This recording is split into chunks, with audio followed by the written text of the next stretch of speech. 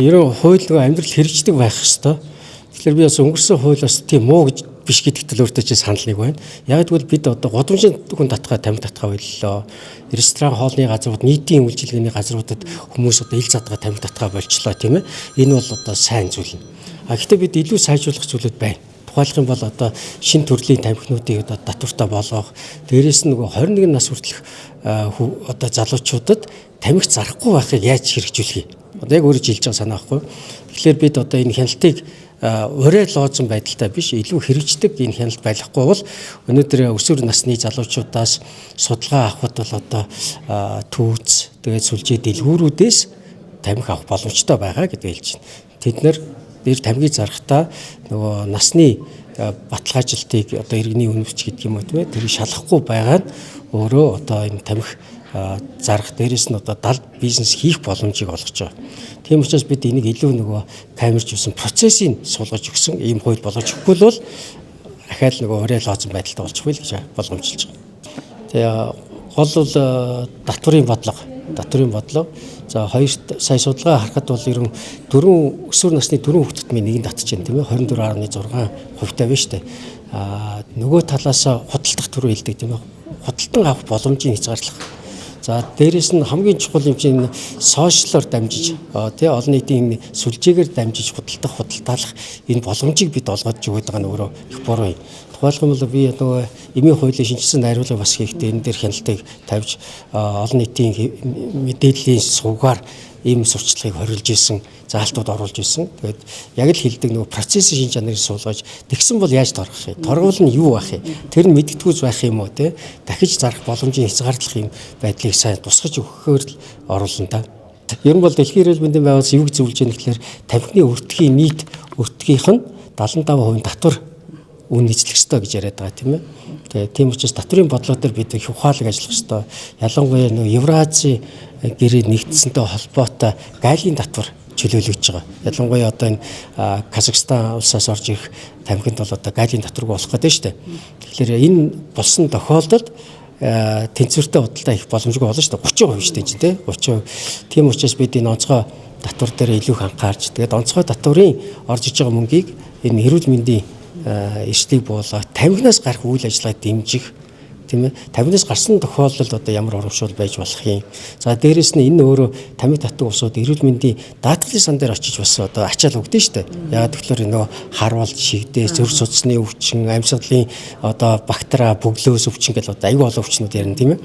Энэ болгон чинь эмчилгээд хаанаас мөнгөх юм? Даатгалын сангаас гарна. Тэгэхээр тэр хүний сонголтоос болоод даатгал дээр илүү ачаал ирэх ёстой юм. Тэгвэл та татаад би өвдөх учраас илүү мөнгө төлж ийн гэдгийг мэдрэх ёстой. Тэ энэ бодлого юмнаа л гэж харж байгаа. Тэр тамхи үйлдвэрлэгчид одоос тийм эсрэг хүсэл үзүүлж байна. Би шулууга хэлцээ. Нээлттэй уулзнаа, хэлцснаа, ярилцснаа. Тэгээ бид гинтгийн нэг өдөр ингээд шийдвэр гаргаад бүгдийг хаачихтаа биш. Бид сонссон, ярилцсан. Ерөн эцсийн бүлэгтээ бид нэг зүйлээ л нэгтээ урдаа барина. Энэ бол эрүүл мэнд. Тийм ээ. Эрүүл мэндийг тэр ч утгаараа намайг бас энэ ажлын хэсгийг ахлахад бас дэмжлэг үзүүлсэн байх гэж би бодож байна. Ер нь бол эрүүл мэндийн бодлого нь өөрөө нэгтэн явах юм бол бусад зүйлүүд нь бол хоёрдугаар тавигдах хэрэгтэй байхгүй. Тэгэхээр энэ дээр л бүгдээр тохирох хэрэгтэй. Тэгэхээр нэг ашиг сонирхлын зөрчилтэй бүлэглүүд эрүүл мэнд дээрээ бүгдээр нэгдэн шүү гэдгийг би зөвөрөд уриалж хэлэх гээд байна. Та энэ хүний хувьд ер нь тамхинаас үүдэлтэй нас оролт хэрвээ вэ? Одоо та түрүүнд хэллээ шүү дээ. Хүмүүс бол тамхинаас үүдэлтэй нас оролт гэж бол байхгүй гэж боддог байх. Ясам дээр нөгөө зүрх судасны өвчин нэг өөр өвчнүүд их байна шүү дээ ер нь. Тэлгүй яг дэлхийд даяараа энэ тамхи таталтай холбоотой хэдэн саяар хүмүүсийн үхлийн шалтгаан болж байна. Монгол улс гэсэн ялгаагүй бид бол ер нь нэг жилдээ 18,000 иргэн нас ордог шүү дээ. Эний одоо 6,000 орчим бол одоо тамхины эрсдэлт хүчин зүйлээс хамааралтай нас оролт гэж үздэг. Тухайлх юм бол одоо хорт хавдар өвчин байж байна, харуулт шигдээс, за дээрэс нь одоо бид бүр тэр үтгийн хэл ургийн ажгийг бид хүртэл ярьж штэ. Жишээлбэл живсэн байх үед ураг амьгүй болох энэ төр чинь тамхи таталтай бас холбоотой байна штэ, тийм ээ. Тийм учраас бид одоо энийг бол нэг эрүүл мэнд нэгт гэж яриад байгаа чинь.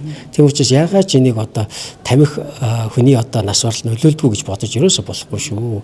Сая бид бас одоо 31-нд 5 сарын 31-нд дэлхийн тамхигүй өдрийг бас тэмдэглэлээ. Үүгээрээ дамжуулж бас одоо олон нийтэд энэ тамхи таталт нь хүний эрүүл мэндэд яаж сөргөөр нөлөөлдөг юм бэ гэдгийг манай одоо үе тэнгийнхэн залуучууд өөрснөө бас ярьж өгж энэ мэдээллийг нэлээд одоо иргэдэд өөрт нь залуучуудад өөрсөнд нь ойлгомжтой болгохоор зорж одоо хийсэн. Сургууль боловсролын байгууллагын ойролцоо 500 м дотор нөгөө тамхины худалдааг хоригдсан хуультай. Гэтэл үйлчлэл одоо баар цэнгэний газрууд нь ерөөсөө сургуулийн яг зэрэгэлдээ оршиж яадаг. Тэнцээр нь хүмүүс маш их хэмжээгээр тамхи татдаг, тий, бохирдуулдаг, хордуулдаг ийм асуудал байна. Тэгэхээр одоо энэ дээр яг ямар арга хэмжээ авах боломжтой юм болов? Тэгэхээр нөгөө Монголын хууль 3 өдөр байдаг гэдэг шилэн болоод байгаа. Уг нь их зөвлөдөө их зөв байсан. Тэгээд сургууль соёлыг тойроод жишээлбэл бар цэнгэний газрууд дээрээс нь тамхи худалдаа авахгүй, арх худалдаа авахгүй байтал орон сууцнд орж байж байгаа ч одоо тий сүлжээнүүд байж гэн, хүнсний худалдаа хийж байгаа сүлжээнүүд байж гэн. Тэгээд хэрэгжихгүй.